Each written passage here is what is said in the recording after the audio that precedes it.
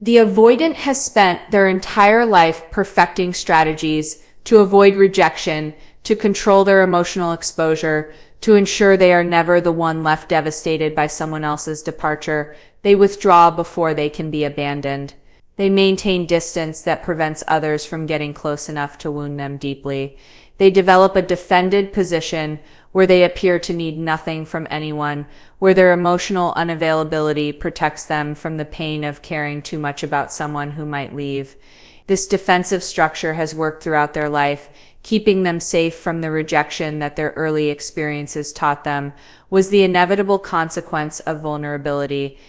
Then you do something the avoidant never anticipated, something their defensive playbook has no strategy for managing. You do not reject them with anger that they can dismiss as overreaction. You do not leave with pain they can minimize as your inability to handle their complexity. You do not depart with desperate attempts to make them understand that they can use to confirm their belief that others are too needy. Instead, you reject them through complete emotional withdrawal that mirrors their own patterns, through indifference that communicates they have become irrelevant to your emotional landscape, through self-focus that demonstrates you have genuinely moved beyond investing energy in someone incapable of reciprocating. This rejection penetrates every defense the avoidant has constructed because it denies them the very reactions their defensive structure is designed to handle. You cause this worst rejection not through what you did to them, but through what you stopped doing for them, not through how you left, but through how completely you released them, not through your emotional intensity, but through your absolute lack of it. The avoidant discovers that the rejection they spent their life avoiding was not someone leaving with pain, but someone leaving with peace. Not someone needing them desperately, but someone needing them not at all. Not someone fighting for the relationship, but someone walking away as if the avoidant was simply another person who did not warrant continued investment. The rejection is not your anger, but your indifference. The avoidant has prepared their entire psychological defense system to handle rejection delivered through anger, hurt, or desperate pursuit. They know how to minimize someone's pain by suggesting that person is too sensitive or demanding. They understand how to deflect anger by characterizing it as irrational overreaction to their reasonable need for space. They have practiced dismissing pursuit by framing it as neediness that confirms their decision to maintain distance. These defensive responses have protected the avoidant throughout their life, allowing them to avoid fully experiencing the impact of their patterns on others. The avoidant can walk away from angry confrontations, hurt accusations, or desperate pleas with their defended position intact, their self-concept preserved, their belief that others want too much reinforced. Your indifference eliminates every defensive strategy the avoidant has developed. When you stop caring whether they reach out, stop monitoring their behavior, stop investing emotional energy in understanding their patterns, you remove the emotional intensity that the avoidance defenses are designed to manage. The avoidant discovers that they have no response to someone who simply does not care anymore, no way to minimize what is not being expressed, no method to deflect from reactions that are not occurring. Your emotional neutrality toward them creates a void their defensive structure cannot fill because all their defenses require your emotional investment to work against. The avoidant initially cannot believe your indifference is genuine. They assume you are employing a strategy to make them miss you, that your coldness is calculated to trigger their pursuit, that beneath your neutral exterior you are still emotionally engaged, and simply hiding it to manipulate their response. The avoidant tests this assumption through various means, reaching out with messages designed to provoke reaction, creating situations that should trigger your concern, displaying vulnerability calculated to activate your caregiving impulses. When these tests meet continued indifference, when your responses remain consistently neutral or absent entirely, the avoidant must face that your disengagement is authentic rather than performed. This recognition devastates the avoidant in ways that anger never could. Anger confirms that they still matter to you, that their behavior generates strong feeling, that they occupy significant space in your emotional world, even if that space contains hurt or frustration. Anger means you still care enough to feel intensely about them, still invest energy in wishing they were different, still maintain hope that they might change. Your indifference communicates the opposite, that you have stopped caring whether they change, stopped investing energy in them at all, stopped maintaining any hope about who they might become. The avoidant has gone from being someone who matters intensely, even negatively, to someone who does not matter at all. The avoidant self-concept has incorporated their ability to affect others deeply. Even when relationships ended poorly, even when people left with pain, the avoidant could tell themselves they had profound impact, that they mattered enough to generate intense feeling. This belief protected the avoidant's ego while allowing them to maintain distance. They could be unavailable while still feeling significant because their unavailability created such strong reactions in others. Your indifference strips away this protection. You demonstrate through your emotional neutrality that the avoidant's presence or absence in your life generates no significant feeling, that they have become as remarkable as anyone else you might encounter and dismiss without a second thought. The avoidant begins experiencing what they have inflicted on others throughout their relational life, the crushing awareness that someone they cared about, someone who knew them intimately, has evaluated them and found them so lacking that they do not merit emotional investment of any kind. The avoidant has made others feel insignificant through their withdrawal, their emotional unavailability, their treatment of intimate partners as optional rather than essential. Your indifference returns this experience to them, forcing them to feel what it means to be treated as disposable, as not worth the effort of continued engagement, as someone whose value is so minimal that even anger would be wasted energy. The avoidant also confronts that your indifference reflects accurate assessment rather than emotional overreaction. When people left with anger, the avoidant could dismiss their perspective as distorted by emotion, as clouded by hurt that prevented them from seeing clearly. Your indifference carries the weight of calm evaluation. You are not reacting emotionally, but rather responding rationally to what the avoidant has consistently demonstrated, that they cannot provide what relationship requires, that their defensive structure prevents genuine intimacy, that continued investment in them is poor use of emotional resources. This rational quality makes your rejection impossible to dismiss as misunderstanding or overreaction. The avoidant discovers that indifference represents the ultimate rejection because it communicates that they are not worth fighting for, not worth being angry at, not worth the emotional expenditure that caring requires. You have categorized them as a person who merits no more attention than countless others you encounter and dismiss daily. The avoidant realizes they have become forgettable to someone who once knew them deeply, optional to someone who once prioritized them, irrelevant to someone who once cared profoundly. This recognition cuts deeper than any angry accusation because it cannot be defended against, cannot be minimized, cannot be reframed as the other person's emotional dysfunction. Your indifference also eliminates the avoidant's ability to maintain imaginary connection after the relationship ends. The avoidant typically keeps former partners in their psychological orbit by assuming those people still think about them, still care about their well-being, still maintain emotional investment even after departure. Your genuine indifference destroys this comforting fiction. The avoidant must face that you have genuinely moved on, that you spend no time thinking about them, that you have released them so completely that they have faded from significance in your emotional landscape. The avoidant experiences the complete erasure they unconsciously feared more than any dramatic rejection. You stop seeing them as someone worth understanding. Throughout the relationship, you invested tremendous energy attempting to understand the avoidance patterns, to decode their withdrawal, to make sense of their emotional unavailability. You researched attachment theory, read about avoidant defensive structures, tried to see beneath their behavior to the wounds driving it.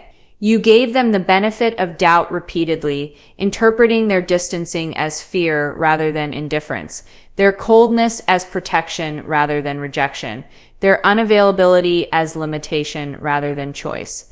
This investment in understanding them communicated that you saw them as a complex person, worth the effort of decoding, as someone whose behavior had meaning that merited examination. The avoidant took this investment for granted without recognizing it as a gift. They assumed that of course you would try to understand them, that naturally you would interpret their behavior charitably, that obviously you would invest energy in seeing beneath their defenses. The avoidant never considered that your sustained effort to understand them reflected your choice to see them as worthy of that effort, that you were actively deciding to invest in comprehending someone who made themselves deliberately difficult to understand. The avoidant experienced your understanding as automatic rather than as a generous choice you were making repeatedly. When you stop trying to understand them, when you cease investing energy in decoding their patterns or interpreting their behavior charitably, you deliver rejection that cuts deeper than explicit criticism. You communicate through your withdrawal of understanding that the avoidant is not worth the effort anymore, that their patterns are no longer worthy of your intellectual and emotional energy, that you have concluded they are exactly what they appear to be, rather than a complex person whose behavior merits deeper examination. This withdrawal represents profound devaluation because it says the avoidant does not merit the very thing that made them feel seen throughout the relationship. The avoidant feels this shift viscerally even when you do not articulate it explicitly. They recognize that you no longer ask questions trying to comprehend their withdrawal, no longer seek explanations for their behavior, no longer attempt to see beneath their defenses to the fear driving their patterns. You take their behavior at face value rather than searching for deeper meaning. When they create distance, you accept that distance without trying to understand what triggered it. When they withdraw, you let them go without attempting to decode what they are protecting themselves from. This acceptance without understanding communicates that they have become too simple to merit analysis, too transparent to require interpretation. The avoidant also loses the validation that your attempts to understand them provided. When you work to comprehend their patterns, you implicitly communicated that those patterns had a legitimate source, that the avoidant's defensive structure made psychological sense, that their wounds explain their behavior even if it did not excuse it. This validation allowed the avoidant to maintain the belief that they were not simply choosing distance, but rather responding reasonably to genuine psychological necessity. Your effort to understand them confirmed that their behavior was a complex response to complex history rather than a simple failure to show up in relationship. When you stop seeking understanding, you remove this validation. The avoidant must face that perhaps their patterns are not complex defensive responses, but rather straightforward emotional unavailability. Perhaps their withdrawal is not a sophisticated protection mechanism, but simple inability, unwillingness to engage in intimacy. Perhaps their behavior does not merit the charitable interpretation and deep analysis you are providing, but rather reflects exactly what it appears to be: someone who cannot or will not provide the emotional presence that relationship requires. This loss of charitable interpretation forces the avoidant to confront a less flattering understanding of their patterns. The avoidant realizes retroactively that your investment in understanding them represented a form of love they never adequately appreciated. You cared enough to see them clearly, to examine their behavior with curiosity rather than judgment, to seek the human beneath their defenses. You treated their patterns as worthy of compassionate analysis rather than simple dismissal. This represented a profound gift because most people, when faced with the avoidant's consistent withdrawal, simply leave without investing energy in understanding why. You gave them something rare, genuine attempt to see them fully, to comprehend their defensive structure, to hold space for their wounds while still maintaining boundaries about what you would accept. When you withdraw this understanding, when you stop seeing them as worthy of this level of engagement, you reject not just their behavior, but their fundamental complexity as a person. You say through your withdrawal that they are not interesting enough to warrant continued analysis, not complex enough to merit sustained attempt at comprehension, not valuable enough to justify the intellectual and emotional labor that understanding them required. The avoidant discovers that being seen as simple and dismissed is far more painful than being seen as complex and criticized. Your criticism acknowledged their significance even while challenging their behavior. Your withdrawal of understanding erases their significance entirely. The avoidant also loses the sense of being known that your understanding provided. Despite their defended position, despite their withdrawal, the avoidant experienced your attempts to understand them as a form of being seen. You witnessed their patterns, recognized their defensive structure, understood the fear driving their behavior. This knowing, even when uncomfortable, created connection the avoidant did not consciously value. The avoidant felt less alone in their defended position because someone was trying to comprehend why they maintained it. Your understanding meant someone saw them even as they tried to remain invisible. When you stop trying to understand them, the avoidant faces that no one sees them anymore, that they have returned to the isolation their defensive structure creates. You no longer witness their patterns because you no longer care to analyze them. You no longer recognize their defensive structure because it is no longer your concern. You no longer understand the fear driving their behavior because that fear is no longer something you invest energy in comprehending. The avoidant discovers that their defended position, which was supposed to protect them from the vulnerability of being known, has succeeded completely. They are now unknown, unseen, unwitnessed. And this achievement feels like profound loss rather than defended victory. You chose yourself over the relationship they took for granted.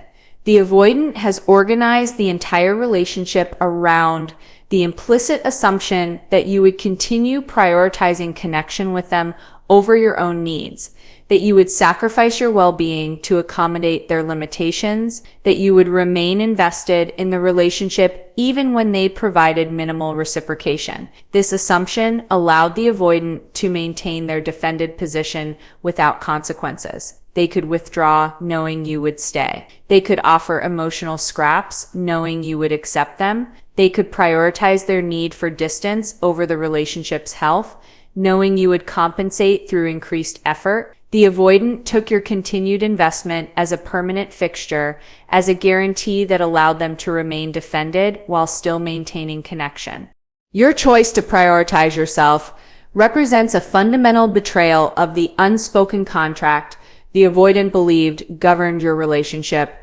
The avoidant expected that you would continue putting the relationship first, continue accommodating their limitations, continue hoping they would eventually become more available. When you redirect your energy from trying to make the relationship work to focusing on your own well-being, when you choose your peace over continued pursuit of someone emotionally unavailable, when you decide your needs matter more than maintaining connection with someone who cannot meet those needs, you violate every expectation the avoidant held about your role in their defended life. This choice delivers rejection. The avoidant never anticipated because it mirrors their own behavior while forcing them to experience its consequences from the other side. The avoidant has consistently chosen their defended position over the relationship's needs. They have prioritized their comfort with distance over your need for presence. They have selected their emotional safety over the vulnerability that intimacy requires. They have put themselves first throughout the relationship while you put the relationship first. When you finally match their self-prioritization, when you choose yourself with the same consistency they have chosen themselves, you force them to experience what it feels like to be on the receiving end of someone's decision, that their own well-being matters more than maintaining connection. The avoidant cannot criticize your self-prioritization without condemning their own patterns.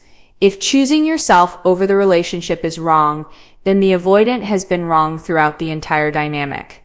If prioritizing your needs over connection is selfish, then the avoidant has been selfish in every withdrawal, every instance of emotional unavailability, every choice of distance over intimacy.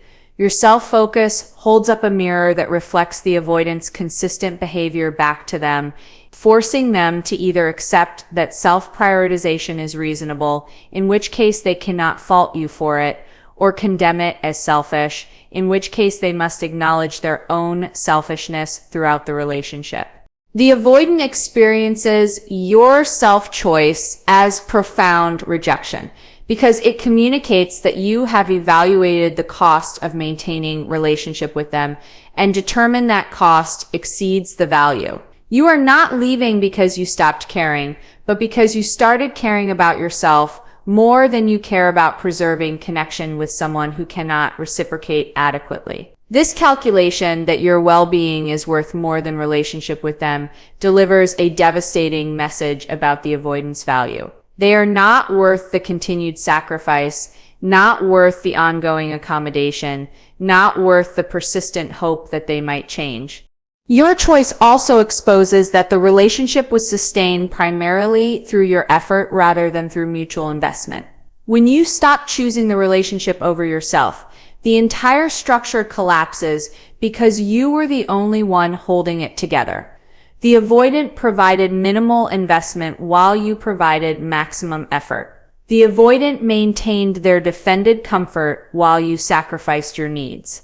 The avoidant took for granted that you would continue this imbalance indefinitely. Your choice to stop carrying the relationship reveals that the connection the avoidant believed they had was actually your construction, your effort, your choice to remain, despite their consistent unavailability. The avoidant must confront that they have been in a relationship where one person was doing all the work, where connection existed only because someone was willing to maintain it unilaterally, where the appearance of partnership masked fundamental imbalance. This recognition forces the avoidant to face that they were not truly in a mutual relationship, but rather were allowing someone else to have a relationship with them, passively receiving someone else's investment while offering almost nothing in return. Your choice to stop providing that unilateral effort exposes how little the avoidant was actually contributing. The avoidant also experiences your self-choice as abandonment that mirrors their worst fears while being entirely their fault. The avoidant has spent their life defending against abandonment through preemptive withdrawal, through maintaining distance that prevents others from getting close enough to leave them devastated. Yet your choice to leave, to prioritize yourself, to stop accommodating their limitations, represents exactly the abandonment the avoidant feared. The cruel irony is that the avoidant created this abandonment through their own patterns. You left not randomly, not because you wanted to hurt them, not because you could not handle their complexity, but because the avoidant's consistent emotional unavailability made staying a form of self-abandonment you finally refused to continue. The avoidant cannot blame external factors or claim they were blindsided because your choice followed a clear pattern of their behavior, failing to meet your communicated needs. You expressed throughout the relationship what you needed. You articulated your limits. You communicated when those limits were being violated. The avoidant chose repeatedly to maintain their defended position rather than stretch toward meeting your needs. Your eventual choice to prioritize yourself represents the logical consequence of the avoidant's consistent choice to prioritize their defended comfort.